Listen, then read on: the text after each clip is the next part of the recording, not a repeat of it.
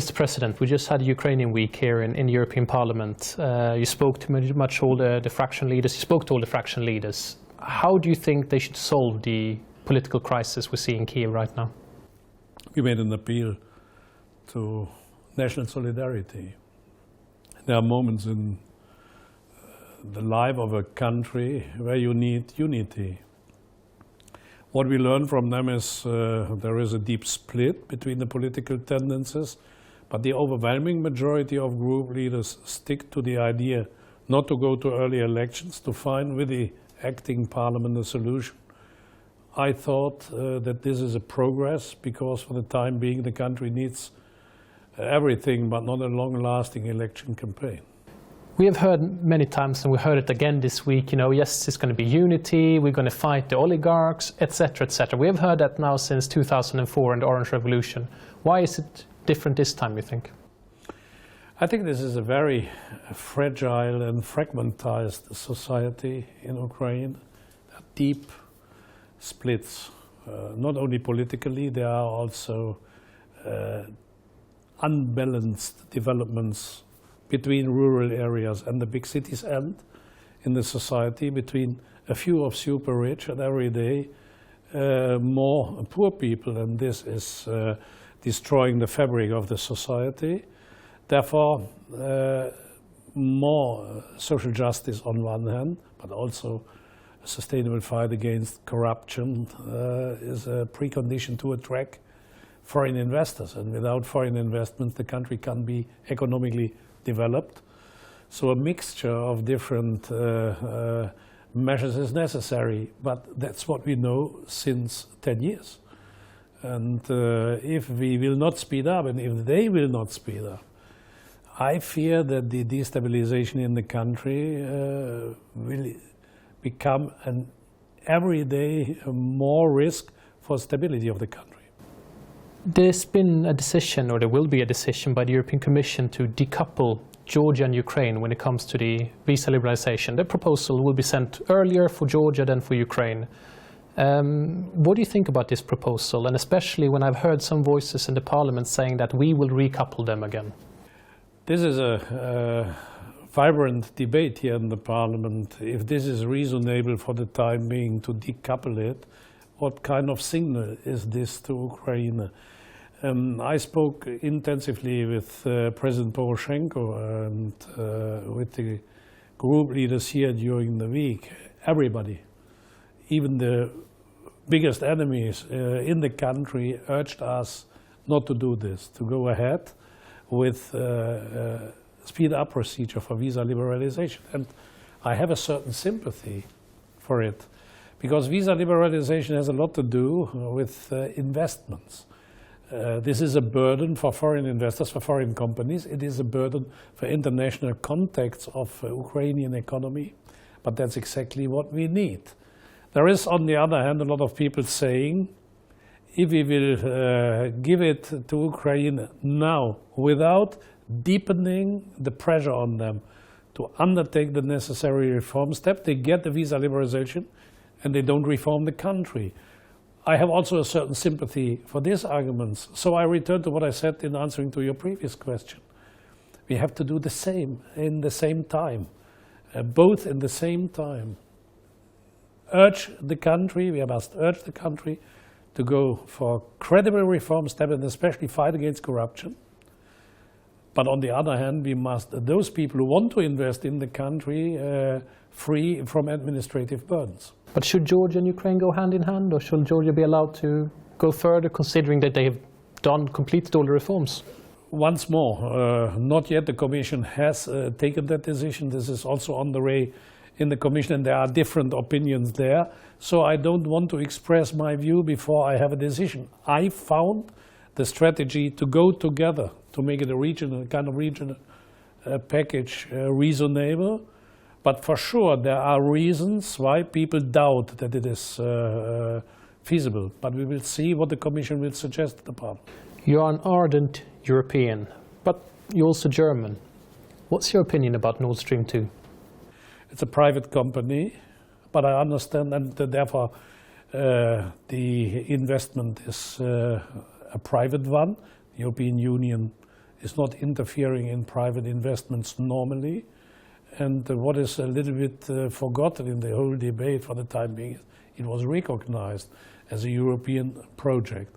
Nevertheless, I understand, taking in account the political circumstances in which we are living, those people who argue that with Nord Stream 2 we become more energy dependent than we are already, and B, Poland and the Baltic countries are disconnected, and that is an increasing of the risk for these countries.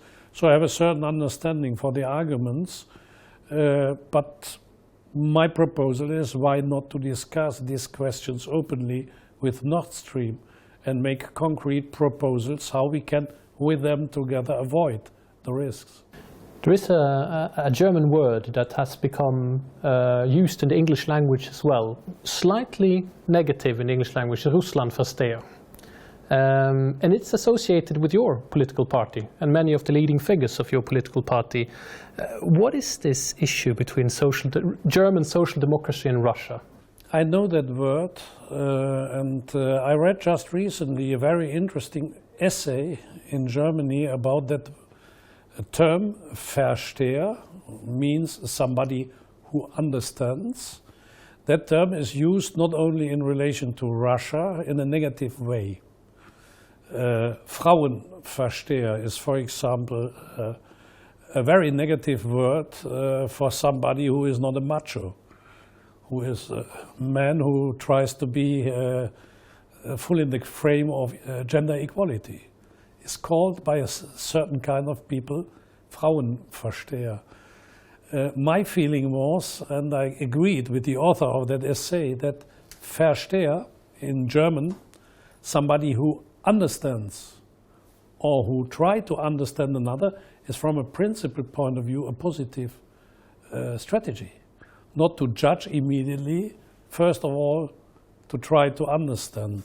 And in that way I understand this slightly negative connection, a connotation. In that regard I understand this slightly negative connotation, because it is not forbidden to try to understand the Russians. To understand the Russians may not say you agree with them, but first of all to understand is a good instrument to develop, for example, a counter-strategy. If you don't understand what another person, another country is doing, you have no chance either to cooperate or to refuse, and therefore Russlandversteher for me is not negative. So we can call you that? I don't know if I'm a Russlandversteher. It's extremely difficult to understand the Russians. I try to understand them, but I have not yet achieved entirely to understand everything. So I'm not a Russlandversteher. Considering the time you spend with the Ukrainians, perhaps would you call yourself an Ukraina-versteher? No, also not. It's the same. To understand the Ukrainians is also difficult. The problem is completely another one. The Russians feel often humiliated. If you speak to Russians, they feel not sufficiently respected. So I try to understand why. If you look to Russia as a nation, I'm not speaking about Vladimir Putin or Mr. Medvedev or whomever. I speak first of all about the country and about the people, about the nation. It's a great nation with an enormous influence on our culture. Just in the frame of the meeting between the Pope and Kirill, in the Patriarch of the Russian Orthodox Church in Cuba. By the way, in Cuba they met.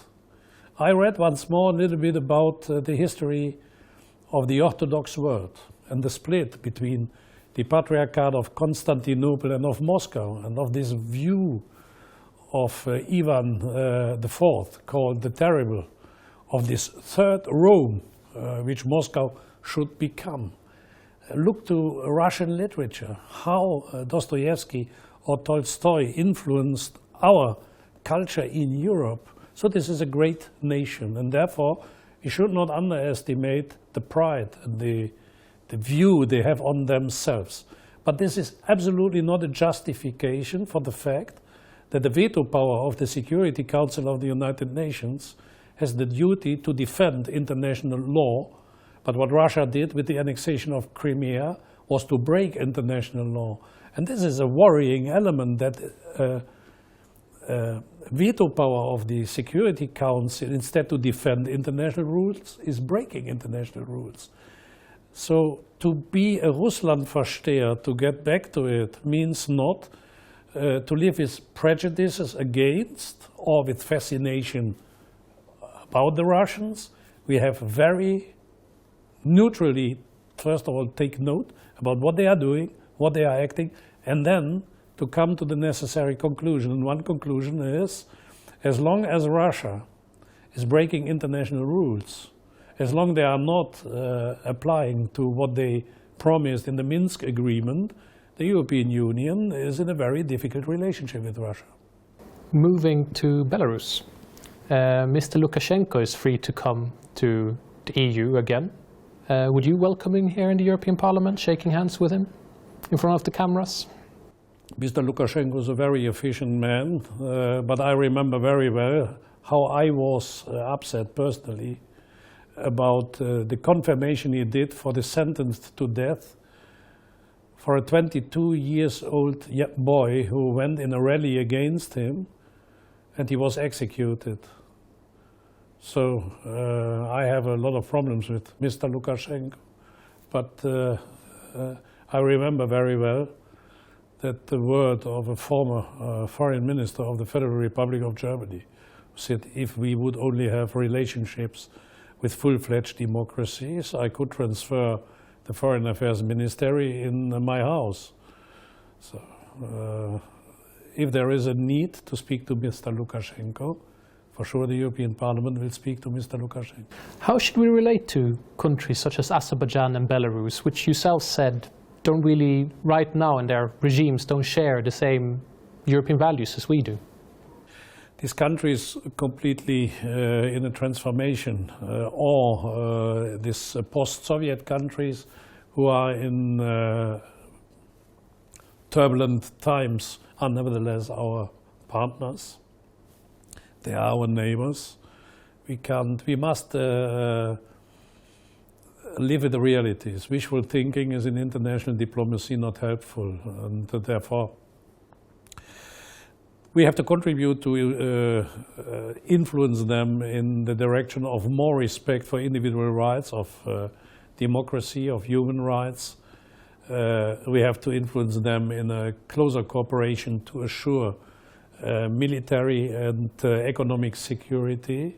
We must try this to keep this our neighbors, and we must try to keep them as near as possible to the European Union. You know that I'm a big fan of the former German Chancellor Willy Brandt, whose message in the frame of his so-called Ostpolitik was change via approach. And this is also the strategy of the European Union today. As nearer we come with our democracy to authoritarian systems, as more they cooperate with us and they depend from economic cooperation with us, as more we have a chance to influence them in the direction of democratization. These are turbulent times for the European Union. Many different crises from all sorts of angles and areas. Do you think that there is a problem as well that EU will have less of a pulling power in the East, but also in the Western Balkans, and that this will have negative consequences for these regions as well? The European Union is, since years, more and more inward-looking and completely absorbed, partially paralyzed by the internal problems. Financial crisis, employment crisis, growth crisis, banking crisis, refugee crisis. And therefore we are not taking sufficiently serious the role we have to play as an economic power, as a game changer we could be in combining our economic influence with political actions. And this is creating a vacuum politically, also this combined with the strategy of withdrawal, which is visible in the United States more and more. Let's be honest, any vacuum in political life is filled by somebody, and for the time being, we see that Russia is filling some of these spaces. We have given up. Would it be easier with the Eastern Partnership from the very beginning to say to these countries that yes, one day you will become members of the European Union? Would that have been easier for the European Union as well, perhaps, to handle these countries? With a lot of these countries, we are in access negotiations. On the Balkans, it's quite clear, and the European Union must be reasonable. For the time being, we should not promise an enlargement to countries which have to wait years and years, not only because of the difficult situation in the countries and the economic difficulties, no, also because we must be honest. There is a certain fatigue of enlargement within the European Union. You have 28 member states, and you need for every enlargement a vote in any member state of the European Union. And I know at least 3 or 4 where we needed referendums for enlargement. Nobody could win for the time being. Therefore, your question is justified. Would it not be better?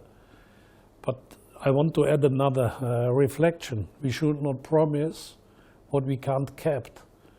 And therefore, we are well advised to deepen our neighborhood policy instead to promise speed up enlargements, which will not happen. But you mentioned at the same time there is a vacuum, Russia stepping into the vacuum. Isn't it still very dangerous to keep countries such as Georgia and Ukraine and Moldova in some sort of limbo? No, there is no limbo if we have a well-structured neighborhood policy. If our presumption is that only enlargement stabilizes this country, then we must enlarge. But I repeat, I don't believe that a fast enlargement is feasible because you need an agreement in 28 countries, and I don't believe that they will get it. And therefore I'm very prudent. Imagine you promise to a country an enlargement and then the enlargement fails because of an objection of another country. This is exactly the opposite of what we want to achieve with an enlargement. So if this is excluded, but we are running the risk of such a limbo, what is the intermediate strategy? And this is deepening our neighborhood policy with visa regimes, as we already discussed, with a privileged access to the single market, with a strategic and sustainable investment policy, with support for education, with scientific exchange. All this long list of measures is possible, and this is, in my eyes, the compromise between an enlargement, which is in the short term not possible, and that limbo you described in your question. Final question is more about the state of the European Union right now. We have seen, especially last year, that there seems to be a new gap between the East and the West, especially over this migrant crisis. Are you worried that this gap will be accentuated and we are going back to some sort of Europe that we saw maybe 20 years ago with divisions? I'm not reminded to the Europe we saw 20 years ago. 20 years ago was the time when I started here in the European Parliament. Europe was very united. And the Central and Eastern European countries were strongly committed to join the European Union as fast as possible. And by the way, let's be proud about it, it happened. The Baltic countries, Poland, the Czech Republic, Slovakia, Slovenia, Croatia are all members. Bulgaria and Romania also members of the European Union. No, 20 years ago, not. What happens now reminded me more to the 20th and 30th of the last century, when the propaganda of right-wing and left-wing extremists heating up the atmosphere between nations, looking for a scapegoat for every problem. Always the other, or the others, always the other country, the other nation, the other ethnics, the other political tendencies, the other color. This is what we are facing, and what we thought what the European Union is, and that spirit was still very alive 20 years ago, to overcome this periods, this thinking The strategy is by a transnational cooperation that countries and nations across borders cooperate in common institutions. They create together a frame to find a fair deal, a fair compromise between them, starting by very heterogeneous backgrounds. That was the fascinating thing in Europe, that this was possible. Look to France and Germany. Look to the Benelux countries. Look to Germany and Poland. That was the spirit 20 years ago. And a lot of people lost trust that this is still possible. Why? Because this was always linked to a promise that this cooperation brings more wealth, more security, more employment, more chances for our children. And what a lot of people is seeing is less security, less chances for the children, less money, more burdens. So the European Union was a promise, but the promise is not kept. To solve the problem of this multiple crisis, to save the survival of to guarantee the survival of the European Union as a coherent body, we should not discuss about the split between West and East. We should look for employment for our next generation. We should look for mutual understanding and respect despite our nationality. We should fight against those who tell us that in a globalized world of the 21st century, the renationalization is the answer. I think on the long run, we should always remember what Juncker, the Commission's president, told as a joke when he was Prime Minister of Luxembourg. Once a year, I meet the Secretary General of the Communist Party of China. I take him then in my arm and I tell him Hu Jintao was that in that time. Look, you and me, with 1.4 billion inhabitants, we are a superpower. And he's right. Luxembourg and China together is really a power. But he said when he is back in Beijing, he has still 1.4 billion citizens, and me, 400,000. The dimension of the 21st century is China, the United States, and Europe. Not China, the United States, and a single European country. If we get back to that thinking, we will overcome the problems. Mr. President, thank you very much. Thank you.